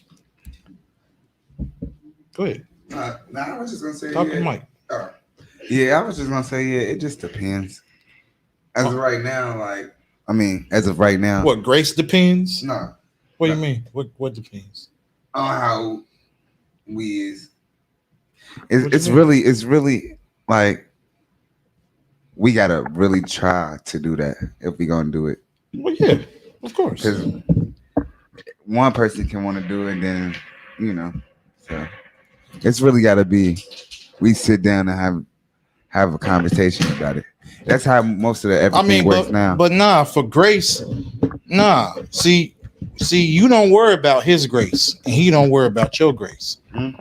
You just give him grace. My bad for all this noise, y'all. You just give him grace. You worry about your grace. You worry about giving him grace, and you worry about giving him grace. And that's it. That way, it don't depend. It ain't. I mean, conversations are good. I ain't saying don't have a conversation. Mm-hmm. But what I'm saying is, it don't depend. Obviously, clearly, y'all have to handle each other better. You know what I'm saying? You got to take your time better. You the first thing in your mind can't be the first thing you speak. You know what I'm saying? Because you didn't say this, but you said you have a love-hate relationship with your son. That's a very tender, sensitive place to operate with anybody. So if you have a love-hate relationship with somebody, you got to be mindful of how you hear him, of how you speak to him, of how you handle him, of all that. And vice versa. Even if you don't have a love-hate relationship, you have a tumultuous sometime relationship. So it's the same thing. It's just grace. It's just grace. It's humbling yourself and saying, okay, is that love? Like, it is what I just how I'm feeling, how I'm thinking, is that love? Go ahead. I don't know. I was just fixing the mic. Okay. Yeah, my wife ready to get these babies to the house. She ready to get these babies to the house, man, because we late for an appointment. So, but That's how you ending the show? no, Just unprofessional. no. I just wanted to keep it 100, but I'm being fully transparent. So that means that's the closing music. Come on, right? Yeah, and the closing music in the mighty name of Jesus. As me. So hold on. What's your What's your life like? What's your life like? My life right now. Explain what that means. What's your life like? This is the section of the show of when we have a topic of a show and whatever we handle and deal with, and whatever we handle and deal with, and whatever we conclude, whatever conclusion that we come to. Like this conversation was about making amends and having more understanding of for somebody else and having empathy for somebody else. What's your life like is okay. We done had a discussion, right? At the end of this conversation, what was your takeaway? What did you get, if anything? Did you agree to disagree? I gotta really get in the rhythm of this. Excuse me, y'all. This is my first day. So, excuse me, y'all. This is my first day. They just hired me. This is only my first time. I'm supposed to only be on Fridays. They got me back here running the grill. You know what I'm saying? So basically, what Jamarr is trying to say is, what did the conversation do for you? Did you get anything from it? Do you see things different? Do you have anything you can add to yourself as far as the relationship or anything? It don't have to be anything specific, anything dramatic and big. Just, you know, what's your life like? What did the conversation do? What did your standpoint do for you? How is it helping you? Is it helping you? Has it been helping you? Like, I'm gonna go first. No, let him go first. Okay. Communication, work on it. Yeah. He always gonna be my dad, so we got more building to do anyway. Yeah. And then I have a son now, so we ain't just building me, we building another king. So yeah. What my life like is, I learned some things today. Mm-hmm. I learned some things about grace today. Mm-hmm. I learned some things that I overlooked about, which is right in your face, how the enemy is divisive, mm-hmm. right? And you know, what I take away is be mindful, because only in this moment that we talked about it that I realized that me and you've been talking about the same thing for 20 plus years, mm-hmm. and I fell short in those areas over these 20 years a lot. Mm-hmm.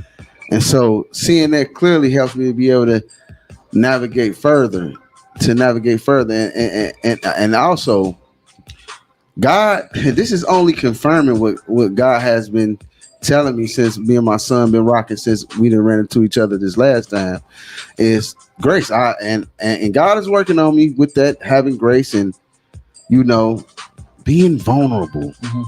Being vulnerable. And like you said, we have discussions with God all the time where we just trying to understand why I gotta be vulnerable? Why do I gotta risk being hurt again? Why? Like, I don't want to. Because it might heal somebody else. And he like, you gotta do it because I said do it. Mm-hmm. You know what I'm saying? You gotta do it because I said do it.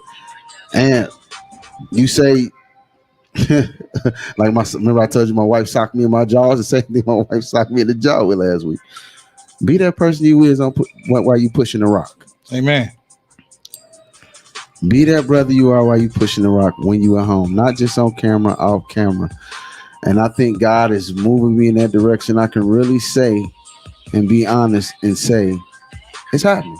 Yeah. And I think God is increasing us. And I just that's what my life is like, man. And increasing in grace, increasing in favor, increasing in love.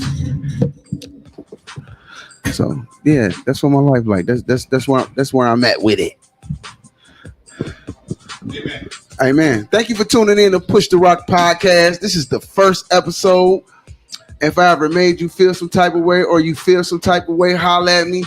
And every week, it's just not for this subject. Any week that anybody comes on, you can tune in and you can tap into the open panel discussion that we're having. I kind of want to give Camera them. went straight off when you came back. I kind of want to give them a little bit, but I don't know. I'll talk to my producer about that later on. Give them what you mean? Give them about what we tapping into next week.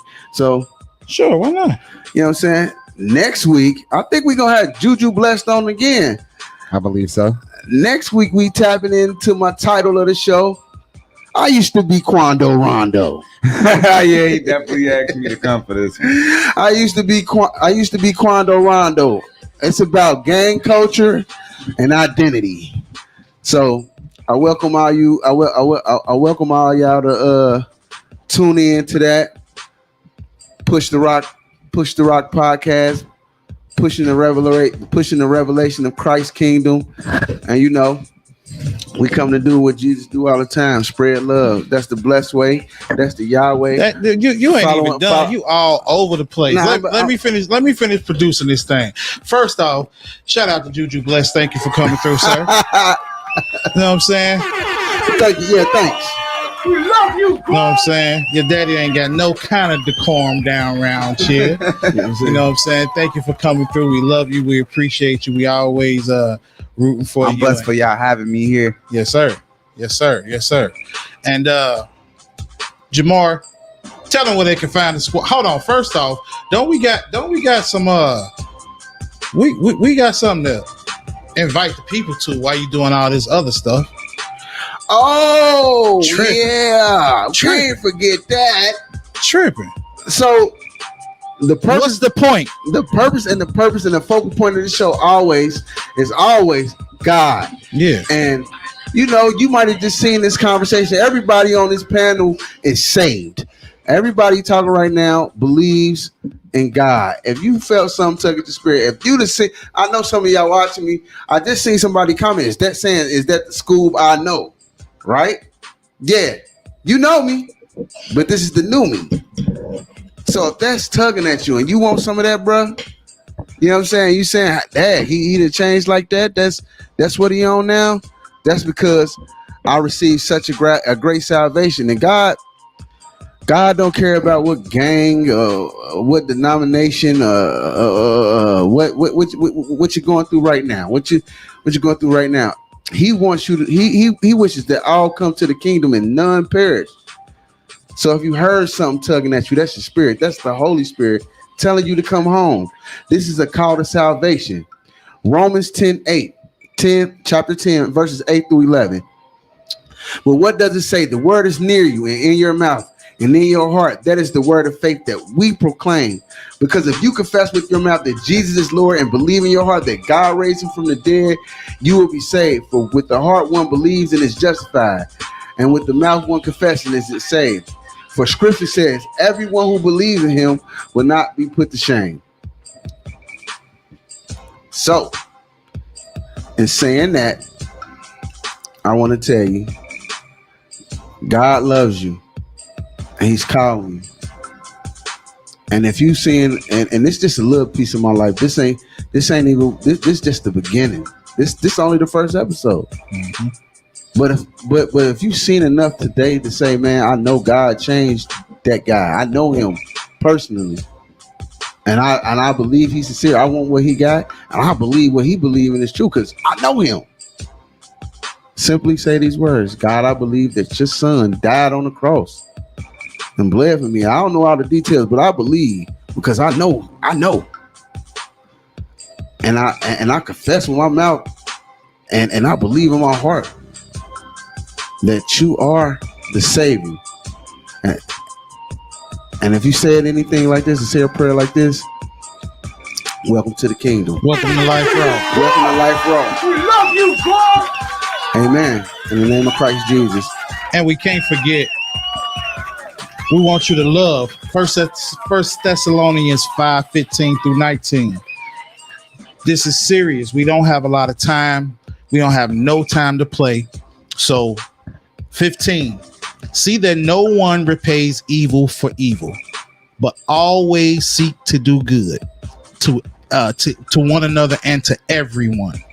Rejoice always, pray without ceasing, give thanks in all circumstances, for this is the will of God in Christ Jesus for you. Do not quench the spirit. Amen. I mean, tell them where they can find the squad. And you can find us every week on social media, Facebook, Instagram, Twitter at Crown of Glory 360. Also, YouVersion Bible app. Hey, man, and you know this week on a podcast we doing Joe. So on the Bible app, YouVersion, that's one word, U inversion. iPhone, Android, download. It's free. It's a Bible app where we it's the new form of social media. Make you a profile. Type in Crown of Glory 360, all words separated, hit add, and then you're going to be automatically added to the Bible plan we're doing, which this week we doing Job. We doing a study of Job. You getting, man, we doing it on this, we doing it at church Saturday, and we doing it in a Bible app, the study of Job. So make sure you type in Crown of Glory 360 on that YouVersion Bible app and get on in there with us, man. We doing it big. We doing it big. Tune in tomorrow. And tune in tomorrow. Crown of Glory 360 at 2:30 p.m. Eastern Standard Time, where we big churching. I'd like to thank y'all for tuning in, man. Also, email us at crownofglory360gmail.com. And hey, guess what? If you feel some type of way and you want to holler at me, email me. You can still holler at me. Email me at crownofglory360gmail.com. Or for prayer requests, the same thing. Holler at us, we reply back. And you be specific too. Say, I want to talk to Jamarr. Don't just be emailing with your gripes and don't put no names on it. All right. Right. Make sure, because you don't want everybody looking in their phone like, man, who they talk about? So yeah, man. So as we proceed, man, thank y'all for tuning in. I thank for everybody watching and tuning in today. It's only gonna get greater. I'm gonna get a little comfortable as time goes on. You know what I'm saying? It's only my first time. That's the blessed way. We spread love. That's the blessed way. That's the Yahweh. Peace. Anyone comes to me and put anything or anybody before me in any capacity. Mm-hmm. That's your child, that's your mama, that's your wife, that's your friend, that's yourself. If you put you before him, hey, be my disciple. I need you absolutely surrender to me because I got something for you. I put a deposit in you, and I need my ROI. Yeah. For this reason, since the day we heard about it, we have not stopped praying for you, asking specifically that you may be filled with the knowledge of his will and all spiritual wisdom, with insight into his purposes and to understanding of spiritual things, so that you will walk in a manner worthy of the Lord, displaying admirable character, moral courage, and personal integrity, to fully please him in all things, bearing fruit in every good work, steadily growing in the knowledge of God, with deeper faith, clear insight, and fervent love for his precepts. We pray that you may be strengthened and invigorated with all power, according to his glorious might, to attain every kind of endurance and patience with joy, giving thanks to the Father, who has qualified us to share in the inheritance of the saints and the light. Amen. Love y'all. There's 2 point of views that's needed in that, in the marriage aspect. You know, those who have this. Leave the sound effects in me, bro. Don't make me beat your mic.